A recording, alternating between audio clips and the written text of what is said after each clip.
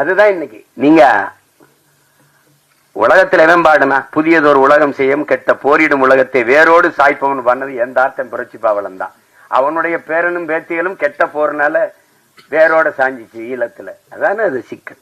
அந்த மாதிரி நேரத்துல இறுதி போர்க்கட்ட சூழல்ல என் தலைவன் இருந்து நான் வந்த பிறகு தொடர்ச்சியா பேசி பேசி சிறைப்படுத்தப்பட்டேன். யாருமே என்கிட்ட நெருங்க பயந்தாங்க. ஓராண்டுகளுக்கு மேல சிறையிலே இருந்துட்டேன். அப்ப அந்த நேரத்துல ரொம்ப சோர்வு. அப்ப என்னை தேடி ஒருத்தர் படம் எடுக்கணும்னு வர்றாப்ல. ஒருத்தர் வர்றாரு. வந்தவரு அவர் அதுக்கு முன்னாடி ஒரு படம் எடுத்துருக்காரு. வந்து என்னோட வந்து படம் எடுக்கணும்னு சொன்ன அந்த மனநிலையில படம் இருக்கலாம். ஆனா என்னோட வந்தது அவர் ஆறுதலா இருந்தது. அப்ப பேசும்போது அது காரணம் வந்து அவர் சொன்னார் மாதிரி நான் கத்தி கதறி வெடிச்சு இந்த உதாரணமா இந்த ஈழ படுகொலை எப்ப பேசி பேசி சிறைப்பட்டவள அதை கவனிச்சிருக்காரு. ஒருத்தர் இப்படி பேசிட்டு இருக்காருன்னா அந்த ஈர்ப்பு அவர் திருநெல்வேலி இருக்காரு, நான் சிவகங்கையில இருக்கேன். எங்க ரெண்டு பேரையும் வந்து சேருது, ஒரு இடத்துல சேர்க்குது. சேர்த்த பிறகு இந்த படத்துக்கு இந்த இதுக்கு சம்பந்தம் இல்லை, இந்த பாடல்கள் சம்பந்தம் இல்லை. ஆனாலும் நீங்க தெரிஞ்சுக்கணும், ஒருத்தருக்கு இந்த பாடலுக்கு சம்பந்தம் இருக்கு. விழி மூடி மறைந்தாலும் முத்துக்குமரா எங்கள் மனதோடு நிறைந்தாயே முத்துக்குமரா, தாய் அன்போடு தனையேந்த முத்துக்குமரா, உன் பெரும் தியாகம் மறவோமே பச்சை தமிழா, நீ விழி மூடி மறைந்தாலும் முத்துக்குமரா,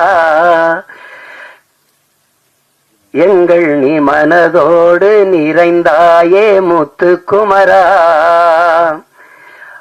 பகைமையும் துரோகமும் தாய் மண்ணை சூழ பாவிகள் கூட்டமோ நம்மை வந்து ஆள, எரிமலையாயளவே மறந்திங்கு போக, எலி பொறியில் எலியாய் தமிழனும் நோக, மனம் பொறுக்காமல் சென்னறுப்பாலே உனை தீண்டியே எம் உணர்வையே எரிய வைத்தாயே நீ.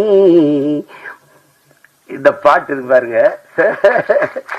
விழி மூடி மறைந்தாலும் முத்துக்குமரா எங்கள் மனதோடு நிறைந்தாயே முத்துக்குமரா. இந்த பாட்டு ஆண்ட பரம்பரை இங்கு மாண்டு போவதோ, ஆள பிறந்தவன் இன்று அடிமையாவதோ, வீர தமிழினம் இங்கு வீழ்ந்து போவதோ, வீணர் கூட்டம் இங்கே நம்மையாள்வதோ, எங்கள் இனத்தை அழிக்க துடிப்பவன் எவன், எரிமலை ஆற்றில் குளிக்க நினைப்பவன் அவன். இந்த பாட்டு தலைமகனே எம் பிரபாகரனே தலைநகரே திரிகோண மலையே. இந்த பாடல்கள் வந்து இன்னைக்கு தமிழ்நாட்டுல எல்லா இடங்களையும் ஒலிக்குது. எங்களுடைய இன உணர்வுள்ள மக்கள் கூட்டங்கள்ல இது பரவலா கேட்கப்படுது. எங்களுடைய கட்சி பாடல்ல இது ஒரு கொள்கை பாடலா பரப்பப்படுது.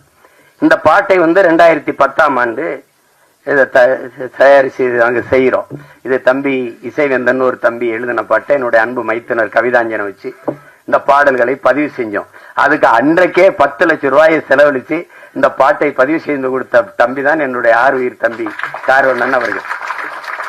அவனுக்கு இந்த மொழி மீதும் இனத்தின் மீதும் இருக்கிற பற்றுக்கு இதுவே உங்களுக்கு ஒரு சான்று.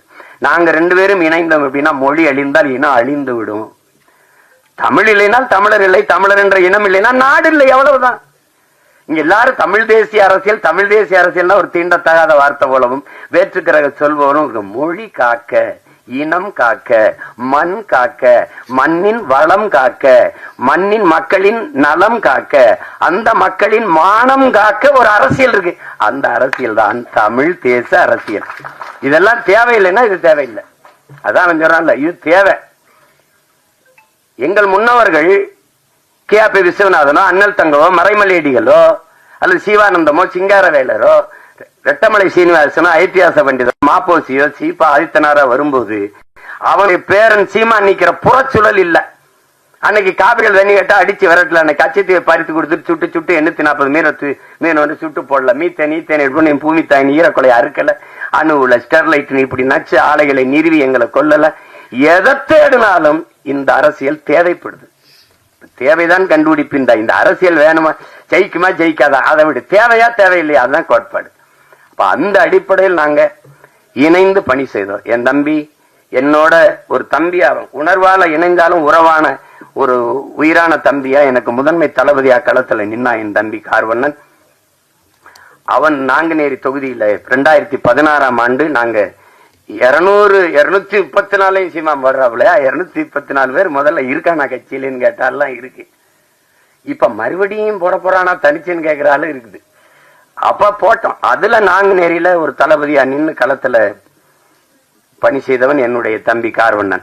வெறும் திரைப்பட இயக்குனர் வச்சுக்கீங்க, அவனுக்குள்ள இருக்கிற போர்க்குணம் தான் இந்த மாதிரி கதைகளை தொடணும்ட்டு.